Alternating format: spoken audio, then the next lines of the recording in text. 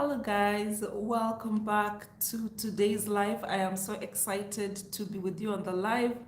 As usual, as you come onto the live, please give the video a like and let me know where you are watching me from. So I'm gonna give it like 30 more seconds for people to join and then I will just start on today's video.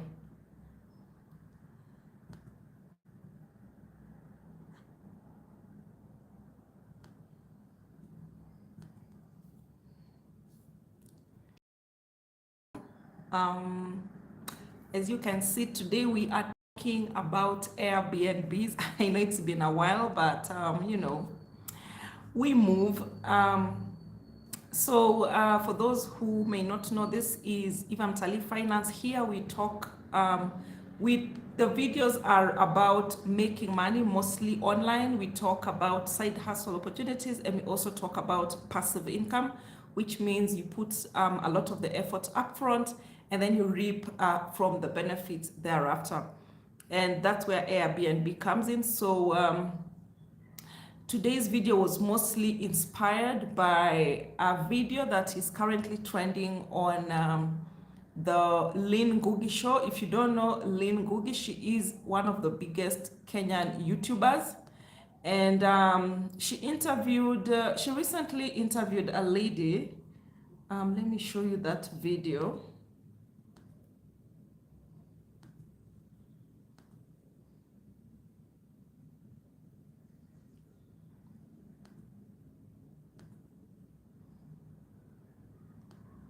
Where is it? I'm trying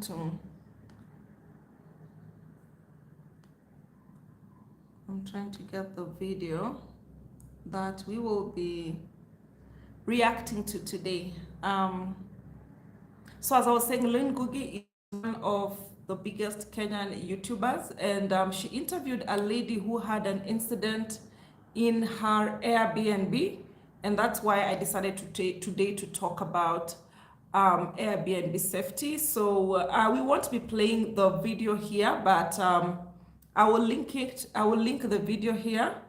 Let me just show you. Give me 1 minute. I think I found the video. So this is the video we are talking about. You can see here, they booked my Airbnb and never came back. One died and the other is in hospital. What happened? And she talks about here the whole story, So basically what happened is that the host, I think she's using a pseudo, so she's calling her Jane, and her man, they booked her Airbnb in Nairobi, and they were expected to spend the whole of December. Let me just move this side a little. Oops. They had, come on, they had booked her Airbnb for the whole of December. They were intending to live in the Airbnb the whole of December. And so Jane's man was from the US and she just wanted her man to feel at home and stay at home. So just a few days after booking the house for a whole month, they left and they told her that they were gonna visit their relatives. So a few weeks later, this lady, she's called Sonny, the owner of the Airbnb, she received the news that Jane had passed on. And there was suddenly these strangers who were in her house and they were asking for Jane's man, she's calling him John, Jane's things and documents claiming they were his legal children and they had no idea who Jane was. So basically, Sonny talks about the whole ordeal and what happened. And that's why I decided today, as somebody, I have been on Airbnb for, let me show you my profile. I have been on Airbnb since 2011. I was one of the very, very early pioneers of Airbnb in Kenya, way back in 2011. And I host on Airbnb.com and on Booking.com. So that's 12 years on Airbnb. And I've also been very fortunate to travel widely, visit different countries. Sometimes I stay at Airbnb, sometimes I stay at hotels. So I consider myself very well versed to speak about this topic and as someone who has actually hosted in Kenya. And that's why I decided to talk about Airbnb today. And I have seen Sonny's case is not the only one I have had. I have had my own personal friends who have had incidences in their Airbnbs. And I'll probably bring one of them to speak to us one of these fine days, maybe before the end of this month, I'll bring her to come and share her ordeal, what happened to her Airbnb.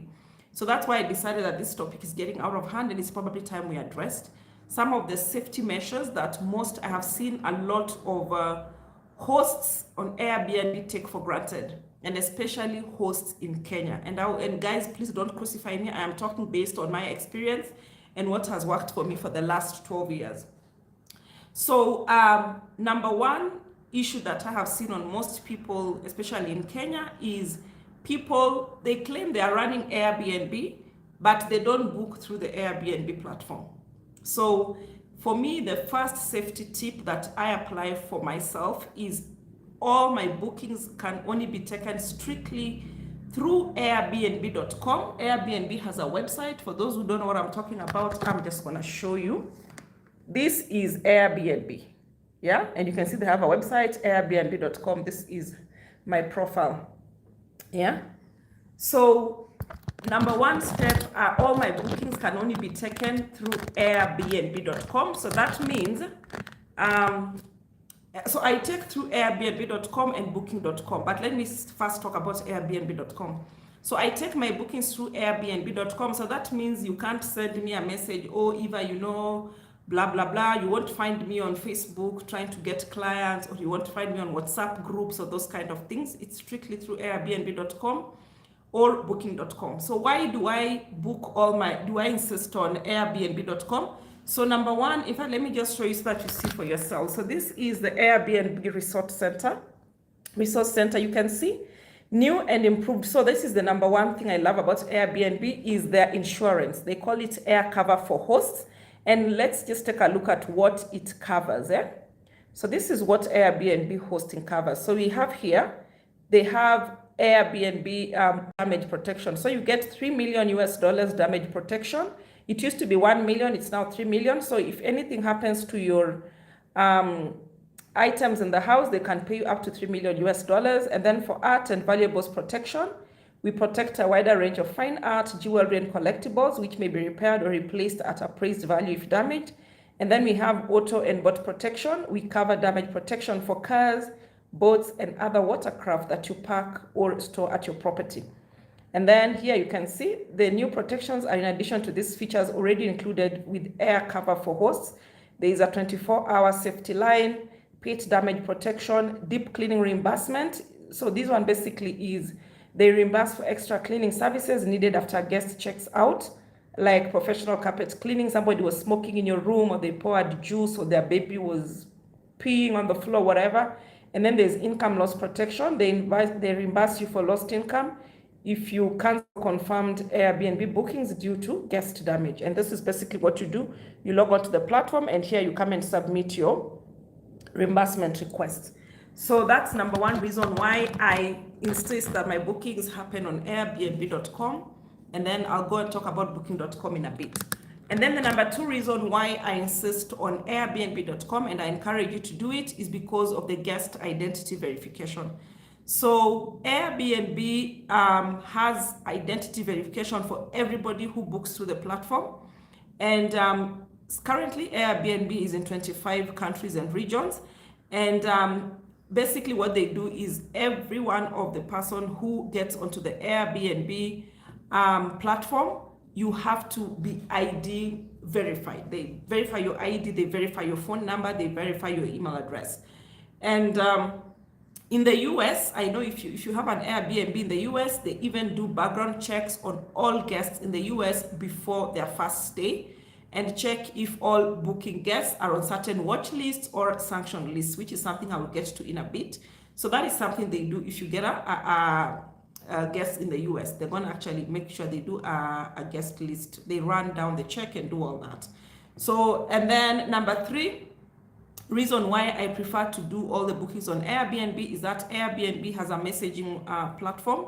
So I will keep all communication on the platform and encourage my guests to put all communication on the platform. And that means we're not going to have a case of she said, he said, and all that. All communication happens on the platform. And it just avoids issues, especially when it comes to reimbursements and stuff like that. The other platform through which I take bookings on is Booking.com. So I actually get a lot more bookings from booking.com. And I have put measures in place. So with booking.com, they don't really care who the person is. They just, because the ID system is not as robust as that one for Airbnb.com, but it still gives me a lot more guests. So that is why I still accept guests on booking.com. However, I have put maybe 3 measures in place. So let me even go back to Airbnb. So the other reason I love Airbnb is that Airbnb takes the payment on my behalf, and all my payments come in US dollars and they send it to my PayPal account. And knowing right now the way, let's say the Kenyan shilling vis-a-vis the US dollar is, you can be sure when you get paid in US dollars, it's easy. And if somebody who travels a lot like I do, you can just move around the world without having to worry about buying dollars and stuff like that. If I want to buy my air ticket, I just pay because I have the dollars from Airbnb, and Airbnb takes the money on my behalf, so I don't have to worry about having to deal with the client and all that, being given fake money and stuff like that. So Airbnb handles all the payments on my behalf, and they pay me through PayPal. So that's just a check for me.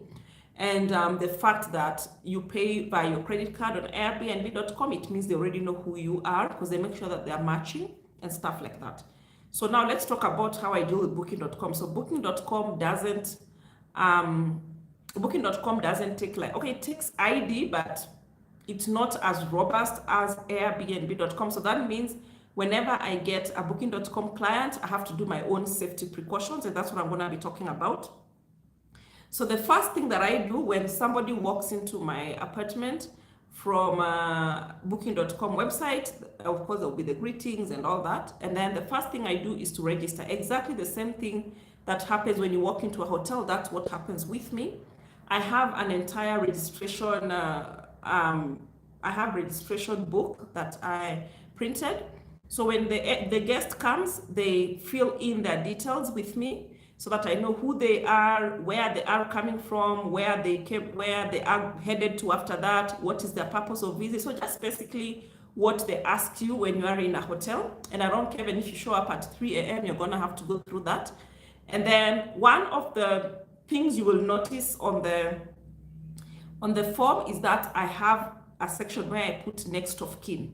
And I insist that they put the name of the next of kin, their relationship with them, and also I insist that they put for me a WhatsApp number. WhatsApp, or because these days it's easy to contact people through WhatsApp and stuff like that, so they put for me a phone number, and I let them know that I will contact that person, just to let them know that they arrived safely and all that. And I do it, by the way, so when somebody sends me, so sometimes it's based on my instincts.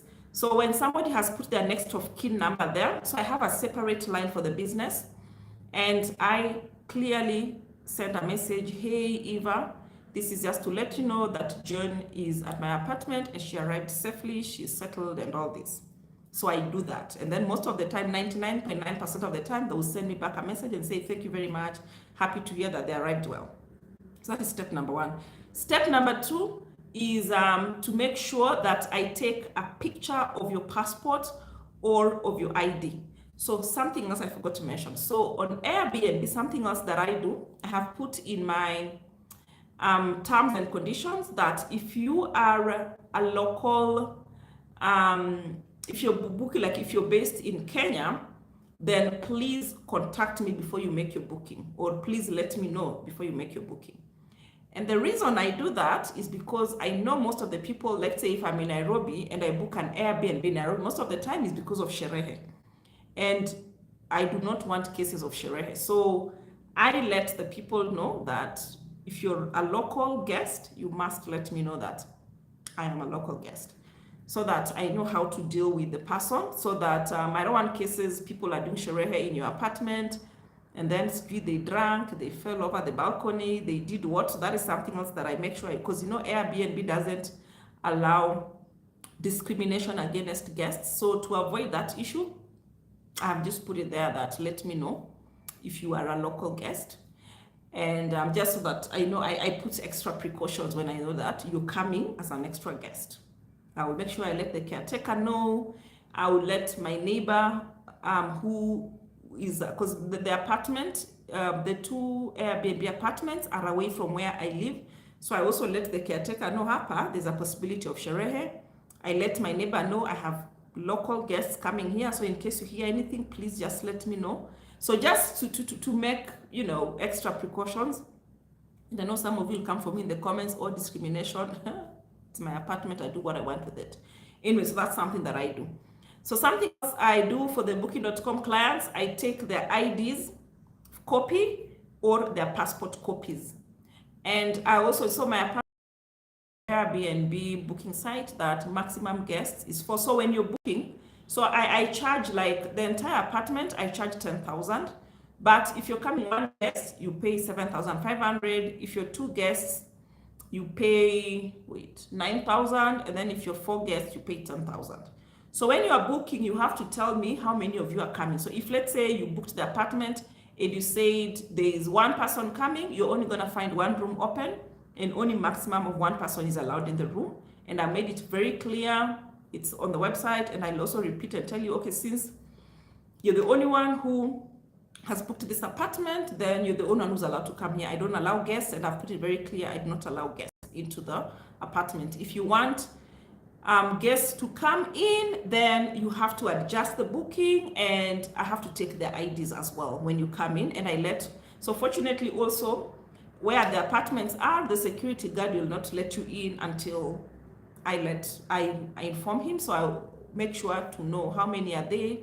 If there are more than 2, I'm sorry, you have to go and adjust on the website, and then I have to come and take IDs if it's booking.com. If it is Airbnb, I'm not worried, because Airbnb already has your details and they're offering me insurance cover, so I don't really mind that much. So something else I do is police. If you watch my Airbnb video, starting an Airbnb business in Kenya, those numbers I said you must have on auto dial. Make sure you have at least 2 or 3 police numbers in the area where your Airbnb is, because trust me, you will need them. So when my guest comes in, I let them know, oh, by the way, this place security is top notch, don't worry. I have the OCPD's number on auto dial, and these police, the ones that I use are my friends. They're people I know, I trust, and I actually make that phone call in the presence of the guest. I'm like, oh, such a constable, tuko na guest hapa, so just letting you know in case of anything, ukwe rada, just be on the lookout in case of anything. So the moment I make that phone call, even if you are planning to do shady deals, you just know you're not gonna cut. And then I also let them know I have a contact at immigration in case of anything at immigration. Don't worry in case of anything. So this one helps to, it doesn't work 100%, but it helps to prevent anybody who's planning anything shady. They know you will not even pass through JKI if you're doing anything shady. Something else I do, I let the guests know, and that one I have published very clearly on my Airbnb profile, that by accepting to book my premises, you are allowing me to do a criminal background check on you. Fortunately for me, I have registered for 3 websites that allow me to do criminal background checks. So I do that on all my clients, especially the booking.com ones. I do criminal background check just to make sure you're not on any anti-terrorism or any weird lists around there. So that is something else. I've put it very clearly on my Airbnb profile. And so they know when you're coming, and also when you come to the apartment through booking.com, I let you know. But we are doing a background check on you, so I will let you know. And if you want the results, I send them on email if they want the results. And most of my clients are very excited, especially when they learn that they're clean, and they even know that I did the background check on them, so which I sent to them. Excuse me. Okay, and then another way for safety for your Airbnb is payment when it comes to payment. So I've already mentioned Airbnb.com takes payments on my behalf, so I don't have to worry about that. But what about the booking.com client? So what I have done, I accept payment strictly on 3 main ways. So number 1 is through PayPal, because again, PayPal does a background check, not exactly, yeah, they kind of do like a background, but they have your ID and everything. So I can only accept PayPal payments. Number two, payments via Mpesa, because yeah, Mpesa is gonna have your name. And usually I want to compare. Anytime I see there's a variance between the Mpesa name that does the payment and the name that was registered on the ID, whether ID or passport, I know my antennas are high. Number three is this gadget here. This is credit card. So this is like my first point of contact. I encourage people to pay through the credit card, through the POS machine, and then I only offer Mpesa and what do we call it? Mpesa and PayPal as a last resort. So this I got from Equity Bank. You can talk to them, and that's the one I use. It's very fast and Genico, and just the fact that I have this one gets me a lot of clients. And this one helps you, especially for those clients who maybe they booked an apartment for like, maybe they even booked through Airbnb for maybe 1 night or 2 nights. And then they're like, okay, we want to extend, we'll pay after. I'm like, no, you want to extend for 3 more days, no problem, swipe. Or send me Mpesa or PayPal. But usually PayPal is like my last resort. So I always let the guest know that, especially the booking.com clients, like 90% of them will pay through this. And the others will pay via Mpesa, especially the local ones, via Mpesa. And then the other one will be PayPal.